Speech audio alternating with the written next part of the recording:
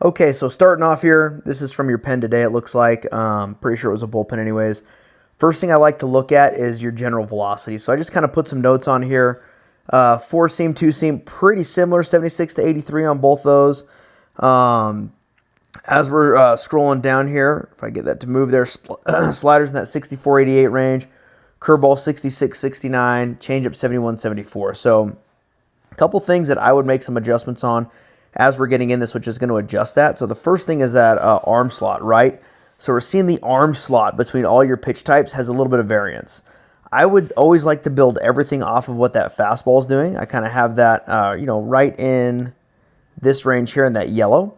Kind of about 110, right? You have some of your pitches starting to get to that 130 to 2 o'clock range right over here, which is going to impact something that we call tunnel, right? So tunnel is your ability to let everything go out of the same release point. So, this is going to be my, generalized view of a pitcher. This is my great stick figure drawing. It's all right, deal with it. And as he throws the ball, we're going to say he's throwing the ball this way. We want everything to stay on the same plane through all these pitch types as long as we possibly can. So if we have, we're just going to say fastball in blue, we have curveball in red, and changeup is green. We want those to all look the same coming out of the hand. This, again, I am not an artist, so don't worry about that. But what you have is fastball and two-seam coming out of, we're going to say in this yellow slot here, looking good, but then your curveball comes out of a completely different slot. So now you're giving something to the hitter early. They're getting a good view of this, which, just to emphasize it here, we're going to put a frowny face on there because now you're giving up runs. So we don't want to be giving up runs, right? Like, we want to give every example to ourselves that we possibly can to make sure that we're not giving the hitter any advantage. And the better we can tunnel those pitches by having a consistent arm slot, the better off we're going to be. So what that makes me believe is there's probably like some kind of timing, maybe a sequence issue, or maybe something with just your biomechanics just in general between your pitch types that allow that tunnel to be different. Could be something as simple as your glove position. Could be you yank your head on one of those pitches. I don't know, right? Haven't seen the full litany. I'm just looking at your pitch logic report and I'm making some general observations with the information that I have. So again, your mileage may vary on this, right? And then we're going to get into the movement chart. And this is important because right now, you see I just kind of drew some generalities here, but your four seam and two seam really bunch together. Not only are they about the same velocity, they're about the same movement. So we'd really like to see your two seam get way more arm side to it, a little more sink, different things like that. And we'd like to see that four seam drive up, going towards the top of that movement plot, right? We want to create what they call ride on that ball. Change up, not a whole lot of break off of that fastball. Kind of to me, a little bit too close.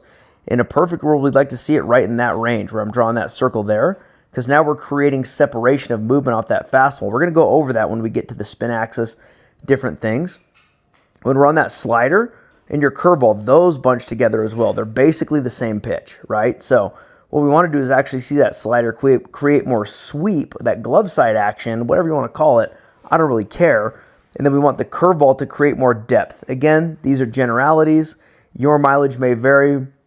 See your delivery a little more, we may make a different decision, right? But this is the general rule of thumb that we're going with when we're creating these pitch arsenals. There's nothing wrong with throwing that many pitches, but when you're bunching them together, we really want to make sure we're adjusting those to get the movement aspects we're looking for.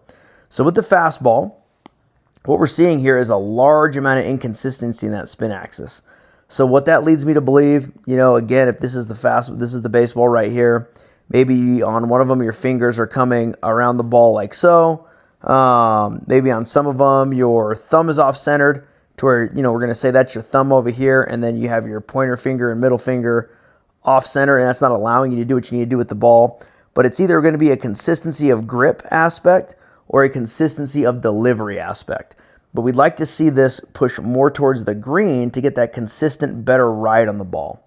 And what we're seeing, which makes a lot of sense here, I'm going to scroll down here to our spin efficiency, is it's like a roller coaster, right? It's up and down, up and down, up and down. We'd like to see that be in that 95 range. In my mind, 95 is kind of that bare minimum of spin efficiency on a four-seam fastball. That's the bare minimum, right? Ideally, we'd kind of be in that 98 to 100% range very consistently, because that's going to be the pitch we throw the most. we need to be as consistent as we possibly can with that. Going to that 2-seam again, that one here is more consistent, but if you're going to be throwing that 2-seam, we want to get that spin axis way over here, right? We want to be creating as much arm side action on that ball as we possibly can to create separation off of there. So the 2-seam and the 4-seam were basically the same pitch. Not a whole lot of differences on there. And again, you'll see it's like you have this, little bit more consistency, but there's like these ups and downs with it, right? So with that, on that 2-seam, the spin efficiency is going to kind of vary based on what your movement is. Once you throw a little bit more, we can make a more, kind of concrete adjustment on that. But right now, I'm not going to make a whole lot of observations on there just because we need to see more of it. It doesn't have a whole lot of separation, but I'm going to guess we probably want to have better spin efficiency. Again, just guessing, with more spin going towards 3 o'clock. And that's going to create more arm side action on that ball. Then we go into the slider. So the slider, what I'm going to point out here, why the slider and the curve bunch together, is we see this axis roughly 715. When I go down to your curve ball, it's about 745. So not a huge difference in the way that those balls are spinning. On a slider, though, what we're looking for is to create as much glove side action on that as we can. So a slider is going to have a little bit more, it's going to spin more like a bullet coming out of a gun.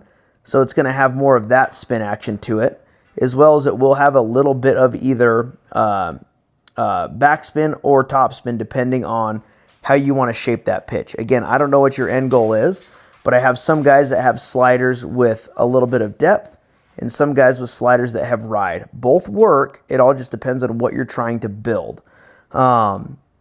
But right now, the reason that your slider doesn't really slide is because it's going this way. It bunches almost the exact same on that break chart. Maybe it was a bad day of the slider. Again, I don't know. I've never seen it.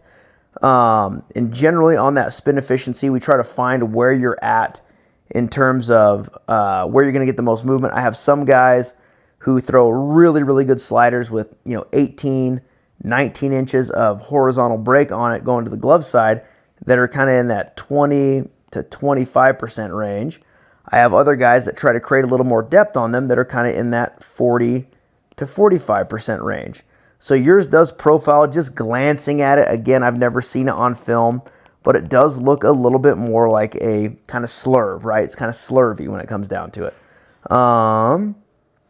Getting into the curveball, make sure this is a curveball here. Yep, curveball is what we would want to do is create as much topspin on that ball as we can, right? So again, not fully knowing your arm slot, arm action.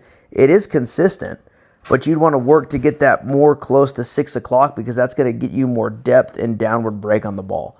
So that's the whole goal on the breaking ball, is create as much top spin on that thing as you possibly can. And then spin efficiency, generally breaking balls on the curveball side, true curveballs are going to have a higher efficiency. Sliders will have a lower. Again, generalities, right? Your mileage may vary, but this is also why it's so important to use a tool like Pitch Logic. I know you already use arm care, so that's great. But combining this with that information to really dial in what it is you need to do. And then for me on your changeup, this is the big one to create that movement off the fastball. Now you did have a lot of speed difference on it. So there was a good speed variation. Roughly, it was like 8 to 10 miles an hour off the top of my head. You can obviously go back to the beginning of the video and look at that, which is fine. But if you can create more movement on that as well, that's always going to be a benefit. So the speed change is going to be good.